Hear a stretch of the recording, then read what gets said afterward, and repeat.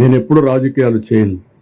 సంక్షోభ సమయంలో ఎప్పుడు నా దేశంతా ఒకే ఫోకస్ ఉంటుంది. ఈరోజు డ్రోన్స్ తీసుకొచ్చాం, హెలికాప్టర్లు తీసుకొచ్చాం. ఈరోజు మార్నింగ్ కూడా హోమ్ మినిస్టర్తో మాట్లాడాను. వారిని కూడా రమ్మన్నాను, టీమును పంపిమన్నాం, మళ్ళా లెటర్ రాస్తున్నాం. అన్ని విధాలా మేము చేయాల్సిన పనులన్నీ చేస్తామంటే ఈ రాక్షస మూక ఎక్కడికెక్కడ అడ్డం వేయడం, ఇష్టానుసారంగా ప్రవర్తించడం, డిస్టర్బ్ చేయడం, ప్రజల్ని మభ్యపెట్టడం, ప్రజల్ని భయభ్రాంతులను చేయడం, ఇది వీళ్ళు చేసే పని. అమరావతి మునిగిపోతుందంటారు, లేదంటే మొత్తం ఇక్కడ జరగడానికి బుడమేరుని ఏదో గేట్లు ఎత్తేసారంటారు. మా ఇల్లు కాపాడుకోవడానికి ఆ నీళ్లు తీసుకొచ్చి ఇక్కడ వదిలిపెట్టామంటారు. బుద్ధి జ్ఞానం ఉండాలి, కనీసం ఇంగిత జ్ఞానం ఉండాలి. మాట్లాడేటప్పుడు ప్రజలు కూడా వాచ్ చేస్తారని ఆలోచన ఉండాలి. నేను అందుకే ప్రజా చైతన్యం కోసం మాట్లాడుతున్నా. నా సొంతం కోసం కదా, నన్నేమీ చేయలేరు వీళ్ళు, అది వేరే విషయం. ఈ రాష్ట్రం ఏమవుతుంది ఇలాంటి దుర్మార్గుల వల్ల? కష్టాల్లో ఉన్నప్పుడు సానుభూతి చూపించకుండా విషాన్ని జిమ్మే వాళ్ళని ఏమనాలి? ఎందుకు ఇలాంటి పైశాచిక ఆనందాన్ని పొందుతున్నారు నాకైతే అర్థం కావడం లేదు. అందుకే చాలా స్పష్టంగా ఖండిస్తున్నా. ఎన్నిసార్లు చెప్పితే అన్నిసార్లు మీరు క్షమాపణ చెప్పే వరకు మిమ్మల్ని వదిలిపెట్టాను, గుర్తుపెట్టుకోండి. ఈరోజు నేను డీటెయిల్డ్గా అవసరమైతే 1-to-1 అమరావతి ఉంది, డే వారీగా ఎప్పుడ నీళ్లు ఉన్నాయండి అక్కడ? మాస్కింగ్ ఆఫీస్ చూశారు మీరు ఎవరు? నీళ్లు లేకపోతే ఉన్నాయని ఫోటో వేస్తావు పేపర్లో, ఏదో పేపర్ అది ఏమనాలి వెళ్ళి. రెండోది బుడమేరు గురించి ఇవన్నీ చేసి బురదజల్లే కార్యక్రమం చేయడం అన్నిటికంటే దౌర్భాగ్యం, నీచం. తప్పు చేసిన వాడు ఎదురుదాడి చేస్తే తప్పించుకోవాలనుకుంటే మాత్రం వదిలిపెట్టే సమస్య లేదు. తప్పు చేసిన వాడు తప్పు చేసినట్టు ఒప్పుకోకపోయినా సైలెంట్గా ఉంటే గమ్మునుంటాం తప్ప మళ్ళీ ఎదురుదాడి చేయడం, ఇది కొత్త విద్య నేర్చుకున్నారు. ఈ రాష్ట్రంలో ఎప్పుడు లేదు. రాజకీయ పార్టీలు చాలా భయపడతాయి, ప్రజాభిప్రాయానికి తల ఒగ్గతాయి. ఇది ప్రజాభిప్రాయానికి కాదు, నేను చెప్పిందే ఏకపక్ష నిర్ణయం అనే ఆ ధిక్కార ధోరణి కానీ అహంభావం కానీ, ఆ అహంభావం ఇక్కడ చెల్లవు, అది కరెక్ట్ కాదు. నీ ఒక్క వ్యక్తి వల్ల, ఒక వ్యక్తి అసమర్థత వల్ల ఇన్ని లక్షల మంది బాధపడితే, ఇంకొక పక్క నేచర్ కూడా కలిసి రాకపోతే విక్కరించే విధంగా మాట్లాడడం దుర్మార్గమైన కార్యక్రమం. దాన్ని ఏమాత్రం కూడా ఉపేక్షించాం. చరిత్రలో ఎప్పుడూ పడని వర్షాలు పడ్డాయి. 37 సెంటీమీటర్ల వర్షపాతం ఎప్పుడన్నా విన్నారా మీరు? ఒక ప్రాంతంలో, ఒక జిల్లాలో 37 సెంటీమీటర్ల వర్షపాతం పడడం, ఇది కళింగపట్నం దగ్గర క్రాస్ కావడం, కళింగపట్నంలో క్రాస్ అయింది కూడా వర్షాలు పడకుండా ఖమ్మం, నల్గొండలో మళ్లీ పడి, ఏదైతే కృష్ణానది పరివాహక ప్రాంతంలో మళ్లీ పడి బుడమేరు బొంగడం, ఇవన్నీ కూడా జరిగితే సానుకూలంగా స్పందించి ఏ విధంగా ఎదుర్కోవాలనో ఎదుర్కొనే సమయంలో మీరు సహకారం ఇవ్వకపోతే పోతారు. కానీ ఇలాంటి తప్పుడు ప్రచారం చేయడం, ఏదో అమరావతి మునిగిపోయిందంట, వీళ్ళని ముంచాలు తీసుకొచ్చి అక్కడ, అప్పుడే బుద్ధి వస్తుంది వీళ్ళకి. అమరావతి మునిగిపోయిందని ఎవరు చెప్పాడు మీకు?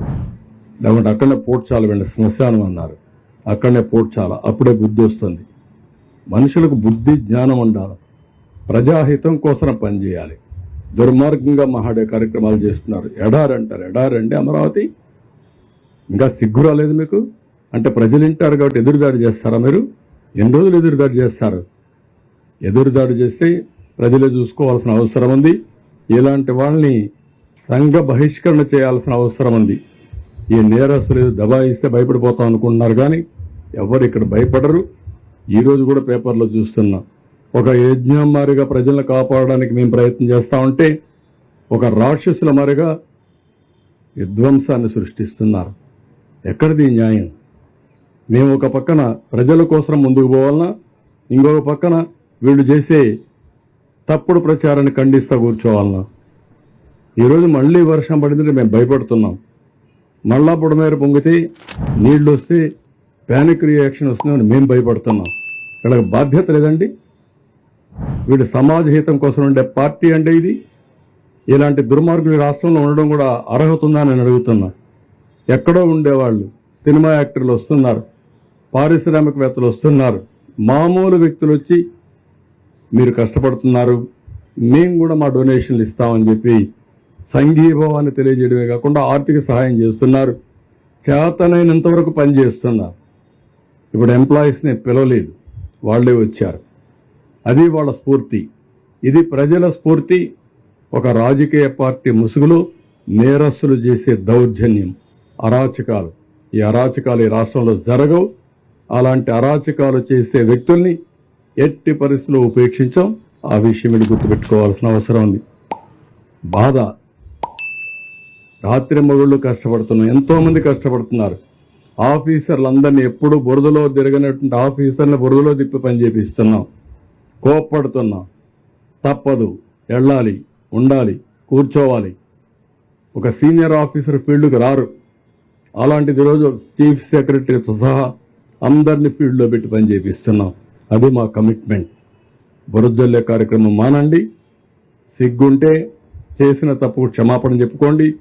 కనీసం మీకు కాన్షియస్నెస్ ఉంటే ఆ కాన్షియస్నెస్ ప్రకారం మనసులోనే మీరు క్షమాపణ కోరండి, ప్రజాహితం కోరితే. అంతేగాని ఇష్ట ప్రకారం మాట్లాడితే మంచిది కాదు. కొంతమంది గట్లు చెట్లు వేసి ఆ గట్లని వాళ్ళ పొలాలు కలుపుకోవడం అదొకటి.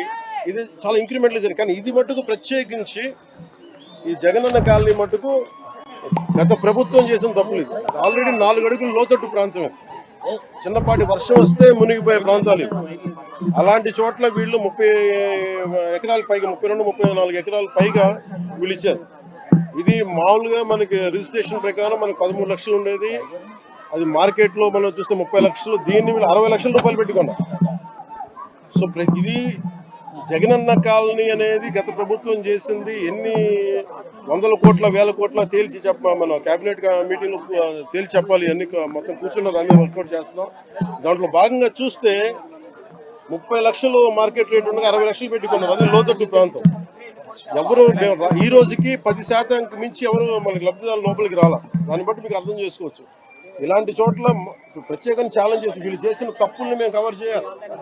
వీళ్ళు ఇచ్చేసారు, ఆ తప్పుల్ని కవర్ చేయాలి. వాళ్ళకి ఇన్ఫ్రాస్ట్రక్చర్ ఏదైతే అవసరాలో ఆ ఇన్ఫ్రాస్ట్రక్చర్ డెవలప్ చేయాలి.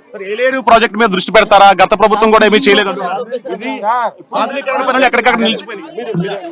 ఏలేరు ఆధునీకరణకి వీటన్నిటికీ మీకు నిధులు కొరత, అంతే కదా, బేసిక్ నిధులు కొరత. మరి ఇక్కడ ఒక్క చోట మీరు ఇక్కడే చూస్తే దాదాపు 13 కోట్లు, దాదాపు మీరు చూస్తే 30%, 13 కోట్లు ఇక్కడ ఒక్క ఈ కాలనీకే వేస్ట్ చేశారు. ఇలాంటి ఒకరు చెప్పండి.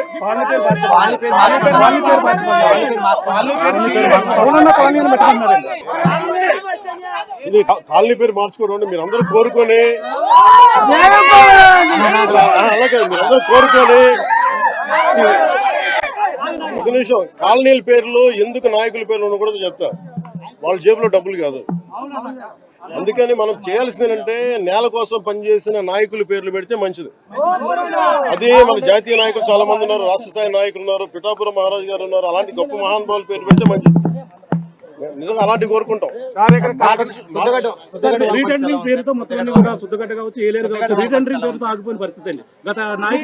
ఇప్పుడు మీకు డబ్బు పరిమితమైన డబ్బే ఉంటుంది. ఈ డబ్బుని మీరు ఎక్కడ ప్లాన్ చేయాలి? ఇక్కడ వీళ్ళు నిజంగా చెప్పాలి, ప్రతి చోట మేము ప్రతి మనకి 2-3 సంవత్సరాల రోడ్ల మీద తిరుగుతున్నప్పుడు కూడా మీకు ఇదే తెలియజేస్తాం.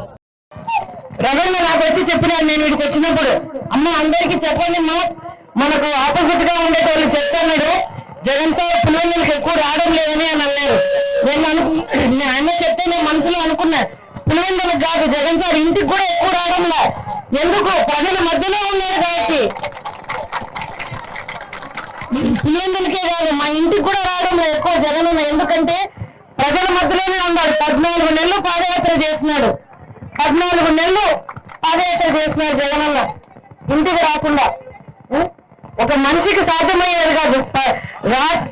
గత 9.5 సంవత్సరాలుగా ఈ కష్టం లేదనకుండా కష్టం చేసినారు. 16 నెలలు జైల్లో పెట్టినారు. 14 నెలలు పాదయాత్ర చేసినారు. ఓదార్పు యాత్ర వారాలు నెలలు తరబడి చేసినారు జగనన్న. 9.5 సంవత్సరాలుగా అంత కష్టపెట్టినారు. జగనన్న కూడా ప్రజల కోసం అంతే కష్టపడినాడు. ఎక్కడే కానీ రాజీ పడలేదు. ఎక్కడే కానీ ఎంతో భయపెట్టడానికి ప్రయత్నం చేసినారు. నీకు అది చేస్తాం, నిన్ను మంచి సోనియా గాంధీ పుట్టినారు, నేను మంత్రి చేస్తాం, ముఖ్యమంత్రిని చేస్తాం, ఎన్ని వద్దనుకున్నారు జగనన్న. ప్రజలే కావాలి, నేను ఇచ్చిన మాట కావాలని మాట కోసం ఎన్ని కష్టాలు పడినాడు. మనమంతా మన ఊరు మనిషి జగనన్న.